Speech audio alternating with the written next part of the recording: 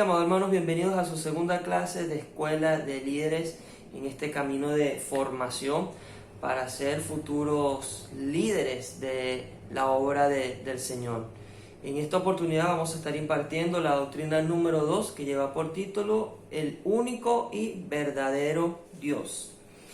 Y en esta doctrina fundamentamos que creemos en la existencia del único y verdadero Dios personal, amoroso, infinito y eterno, revelado en tres personas distintas. Cuando hablamos de Dios, de ese Dios que nos ama, de ese Dios que nos creó, del único y verdadero Dios, nos referimos a ese ser sublime, majestuoso, extraordinario que puede existir. Hay muchas religiones, a nivel del mundo, y muchas de esas religiones tienen otros dioses, pero nosotros creemos en un solo Dios, un Dios que está vivo, un Dios que es eterno, un Dios que es el principio, que es el fin, que es el alfa, que es el omega. En el libro de Job, capítulo 11, versículo 7, uno de los amigos de Job, Sofar, le hace la siguiente pregunta: ¿descubrirás tú los secretos de Dios? ¿Llegarás tú a la perfección del Todopoderoso? Y el objetivo de esta doctrina es que podamos reconocer al único y verdadero Dios, no solamente como ese que está plasmado, no solamente como ese al que vamos a adorar todos los domingos en la iglesia, sino a ese que es el que es parte de nuestras vidas. No que lo tengamos como una figura lejana que está en los cielos, sino que es alguien que está con nosotros en nuestras vidas. Desde este punto de vista, desde esa pregunta que le hace Sofar a Job, podemos decir que, oye, Dios es incomprensible, ya que ninguno puede comprenderle completamente. Y es que ciertamente podemos conocerle, mas no vamos a comprenderle. Porque la figura de Dios es tan grande, es tan majestuosa, es tan maravillosa, que difícilmente vamos a poder entender sus pensamientos. Difícilmente vamos a entender o comprender cómo es que Él obra. ¿Ok? Pero claro, a pesar de que Él es incomprensible, Él sí quiere manifestarse a nosotros. Él sí quiere revelarse a nosotros. Él sí quiere acercarse a nosotros. Él quiere que nosotros le conozcamos. De este modo podemos afirmar que Dios es cognoscible, es decir, que podemos acercarnos a su conocimiento, podemos llegar a conocerle.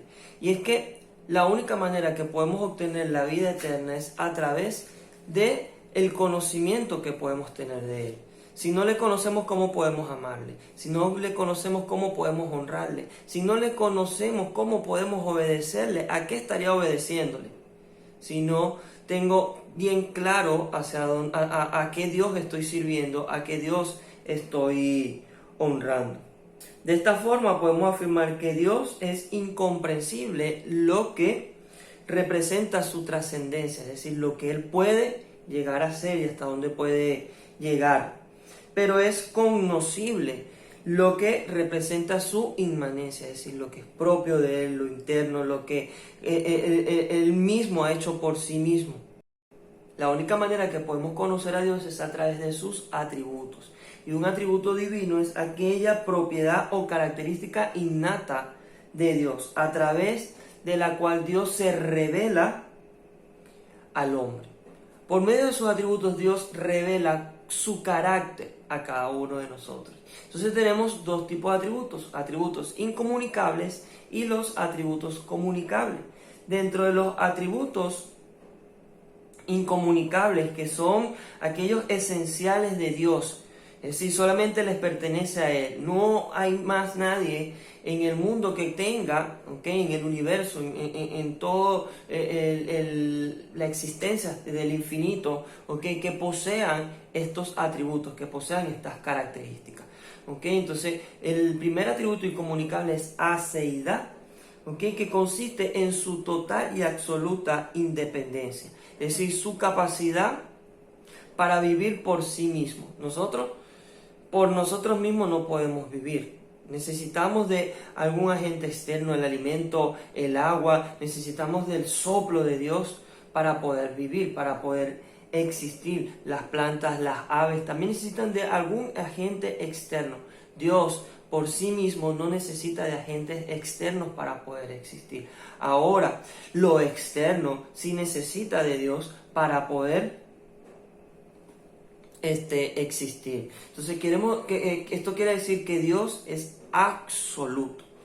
El otro atributo es la inmutabilidad. Quiere decir que no puede cambiar, no puede envejecer, no progresa, no crece, ya que Él es perfecto eternamente. Nosotros podemos cambiar.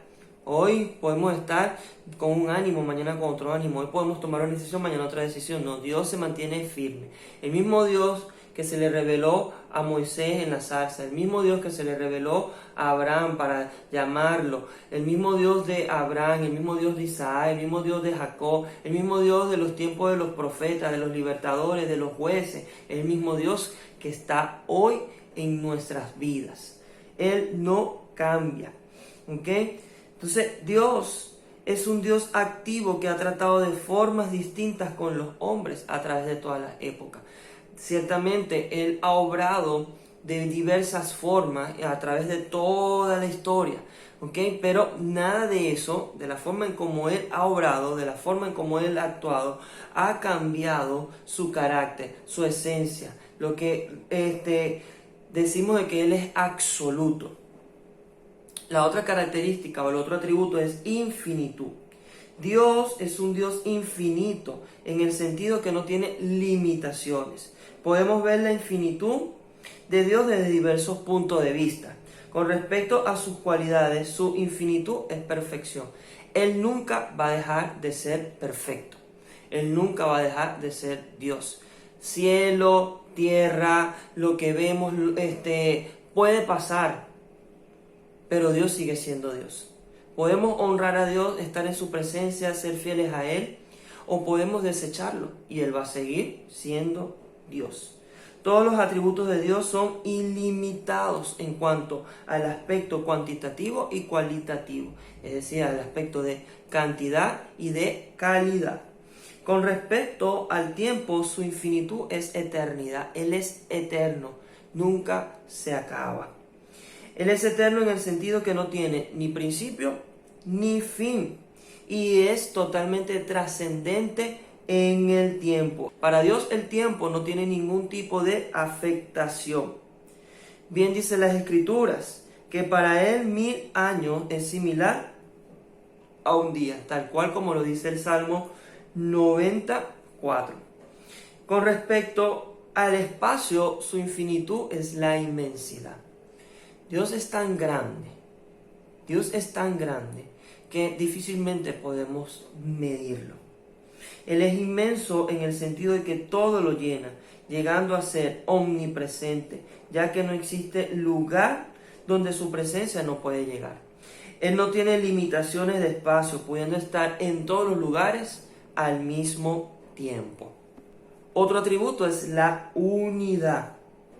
Y la unidad de Dios puede verse de dos formas. La simplicidad, que cuando se afirma que Dios es simple, es decir, que no es un compuesto ni está hecho de partes, por lo cual no es susceptible a divisiones. Aunque es un Dios que está manifestado en 3 personas distintas, Padre, Hijo y Espíritu Santo, es un Dios único. Ellos están unidos, no se puede desligar uno del otro, ni uno está primero ni después que el otro. Y singularidad. Dios es singular en el sentido de que numéricamente es uno. Solamente hay un Dios verdadero, un Dios vivo que quiere revelarse a nuestras vidas.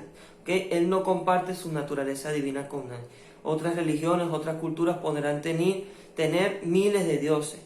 ¿Okay? Pero Dios quiere que nosotros comprendamos, que nosotros entendamos de que Él quiere revelarse a nuestras vidas como el único y verdadero Dios. Los otros atributos son los atributos comunicables, ¿ok? Y son comunicables porque nosotros, los seres humanos, podemos experimentar de cierta forma estos atributos. Claro, nunca lo vamos a experimentar en el nivel en que se representa o en el que se manifiesta en la figura de Dios. El primer atributo comunicable es el amor, y este es uno de los atributos centrales de Dios, ya que la misma palabra nos revela, nos declara de que Dios es amor. El amor puede verse de distintas formas, por medio de la gracia, ¿okay?, que es el amor inmerecido, por medio de la misericordia, que es el amor de Dios hacia aquel que está sufriendo, y por medio de la longanimidad, ¿okay?, que es la paciencia de Dios para soportar a los malos. Y aun cuando le retamos, Dios está allí para con nosotros. No merecíamos todo lo que han hecho por nosotros. Y cada día, en medio de nuestra aflicción, en medio de nuestro dolor, en medio de lo que podemos estar pasando, Él manifiesta su misericordia. Su misericordia se renueva cada día para nuestras vidas. El segundo atributo es la santidad. La santidad de Dios nos dice que Él es exaltado sobre todas sus criaturas. Es absolutamente distinto de ellas y no se confunde con su creación. La idea de la santidad nos refiere a su excelencia moral, la infinita distancia entre Él y toda la impureza, mentira, pecado o contaminación. Dios es santo, Dios es incorruptible, no hay nada que pueda persuadir a Dios para que Él vaya a hacer lo malo. Nosotros sí, lastimosamente.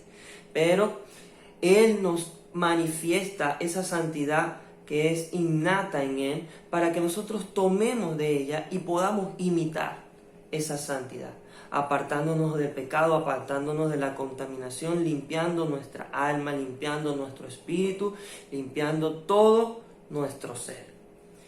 La tercera característica es la veracidad.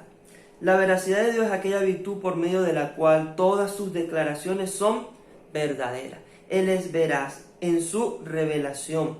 Todo lo que Él nos dice de sí mismo es verdadero. Dios no miente, Dios no nos engaña. Dios no dice hoy, mañana una cosa y mañana otra cosa. Dios no hace hoy una cosa y mañana va en contra de eso que Él está haciendo. ¿Okay? Él no engaña. Los ídolos sí son capaces de engañarnos. ¿Okay? Otro de los aspectos que afirma esta veracidad es su fidelidad. Él ha declarado en la palabra que Él será fiel con nosotros hasta el fin de los tiempos. Y nosotros tenemos que creer en esa fidelidad. Ahora, ¿somos nosotros veraces? No. Nos falta mucho para llegar a ese nivel de veracidad de Dios. Pero está en cada uno de nosotros el luchar cada día, ¿okay?, para ser fieles también, para ser sinceros, ¿okay?, primeramente con nosotros mismos. Porque no podemos ser sinceros con Dios si no reconocemos lo que hay en nosotros. Si no reconocemos lo que está mal en cada uno de nosotros, en dónde, en cuáles áreas estamos fallando. Dios ya las conoce, Dios ya las sabe porque su conocimiento es infinito. Pero Él quiere que nosotros las declaremos, Él quiere que nosotros seamos sinceros con nosotros mismos. Como dice el canto de Rabito, sinceridad es lo que hace falta a cada uno de nosotros. Otro de los atributos es la justicia. La justicia es el atributo por el cual Dios se manifiesta contra toda violación de la santidad. Por su justicia, Él cumple con todas las normas que se impone a sí mismo. Esas normas que vemos, esas leyes, esos mandamientos que están plasmados en la palabra, el primero que los cumple es Él. Si Él no las cumpliese, entonces quedaría en tela de juicio lo que Él es, lo que Él representa. ¿Okay? Dios es la norma para distinguir lo correcto de lo incorrecto. Se puede ver la justicia desde dos puntos de vista. Por un lado, la justicia remunerativa, la cual se refiere a que Dios premia y recompensa según las condiciones y promesas que Él mismo ha puesto. Y está la justicia retributiva, la cual consiste en que Dios castiga al pecado. Si hacemos lo mal y vamos a la justicia de Dios, ¿qué es lo que nos corresponde? El que mató, el que robó, cuando es sometido a la justicia, ¿qué tiene que hacer? Pagar por lo que cometió. Entonces, a veces creemos, llegué a los caminos del Señor, y como Dios es amor, y como Dios tiene misericordia, tiene gracia, o sea, para con nosotros, ¿ok? Y no entendemos cuando Él aplica la justicia en nuestras vidas, ¿ya va? Si hicimos lo mal y hay que aplicar la justicia, entonces tenemos que pagar por lo que nosotros hicimos. Pero la diferencia es que cuando pagamos por lo que nosotros hicimos de la mano del Señor, ¿okay? Esto nos da la garantía de que no nos vamos a caer, de que no nos vamos a perder, de que no vamos a flaquear. ¿Okay? Siempre y cuando confiamos primeramente en Él. El otro atributo es el conocimiento. Dios conoce todas las cosas y no hay nada que desconozca. Además, Él es consciente de ese conocimiento, es decir, sabe que sabe y lo que sabe lo sabe perfectamente. Su conocimiento es exhaustivo a tal punto que es infinito. De allí que al calificarse su conocimiento con la infinitud, resulta la omnisciencia, es decir, todo lo sabe, todo lo siente, todo lo conoce. El conocimiento de Dios es inmediato e intuitivo. No necesita usar razonamientos o sacar cuentas para extraer conclusiones. El conocimiento de Dios es así. No suena el chasquido de los dedos, pero así es el conocimiento de Dios. Nosotros, para poder llevar a conclusiones, tenemos primero que reflexionar, tenemos que razonar. ¿Okay? No nos acercamos ni a esto, a lo que es esa capacidad de conocimiento, pero Él nos ha permitido que nosotros podamos aplicar ese conocimiento. ¿Y cómo? Como les decía hace rato, a través de escudriñar la palabra.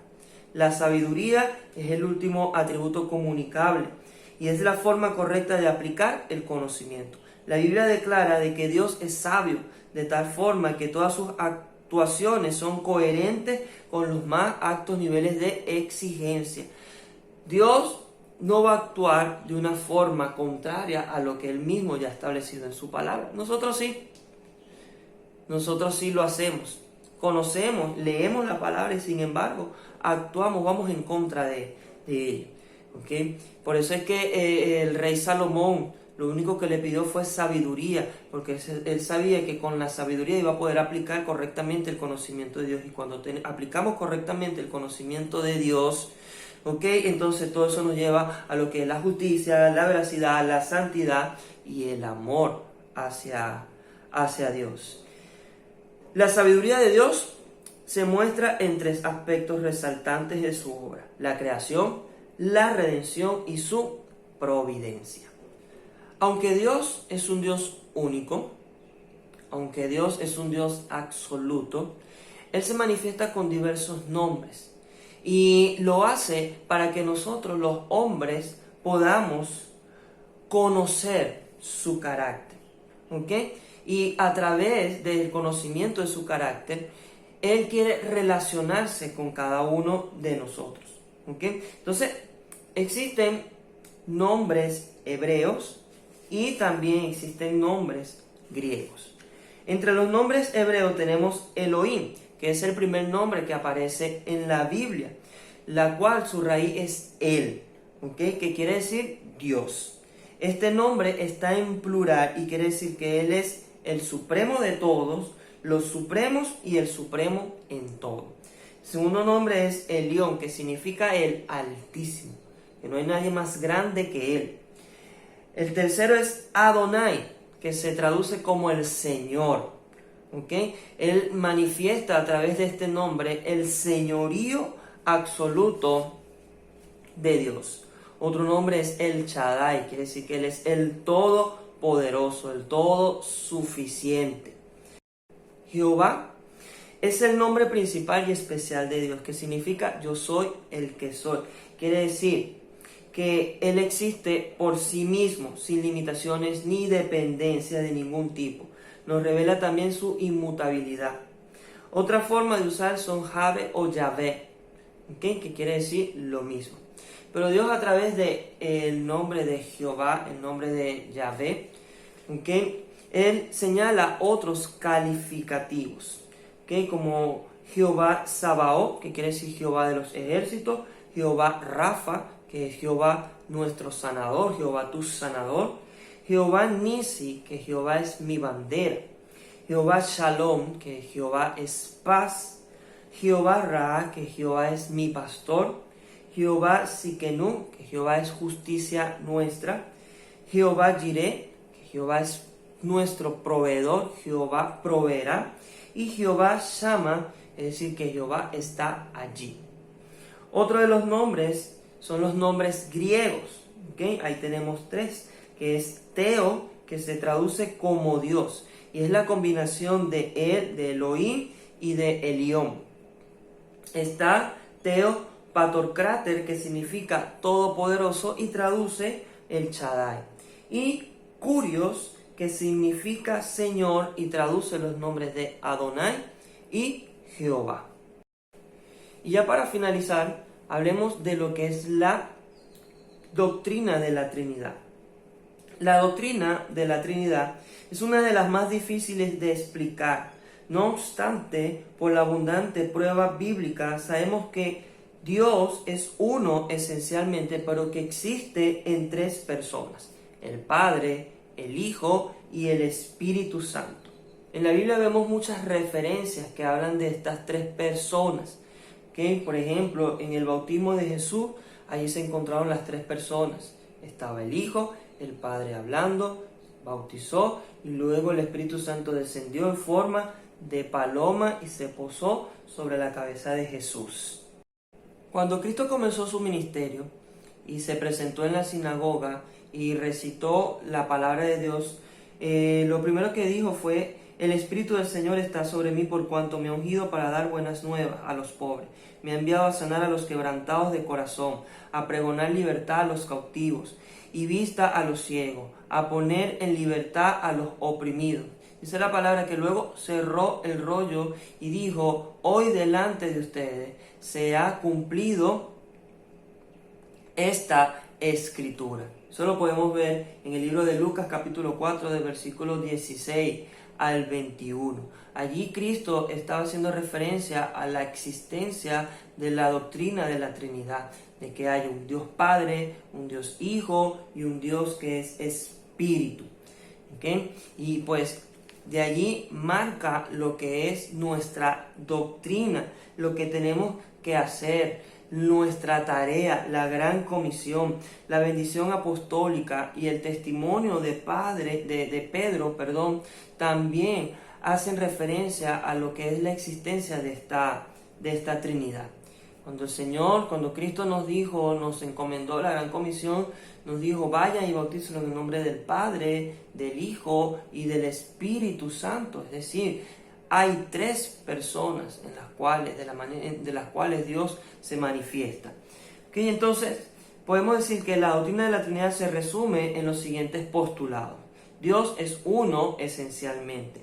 Su esencia no es divisible. Existen tres personas en la divinidad y cada una de estas personas poseen en totalidad la esencia de Dios. Es decir, el Padre no es primero, el Hijo no es segundo, el Espíritu no es tercero. El Padre no es mayor que el Hijo ni el Espíritu. No hay un nivel de jerarquía entre los tres. Los tres son absolutos, los tres son únicos y los tres a su vez son uno solo.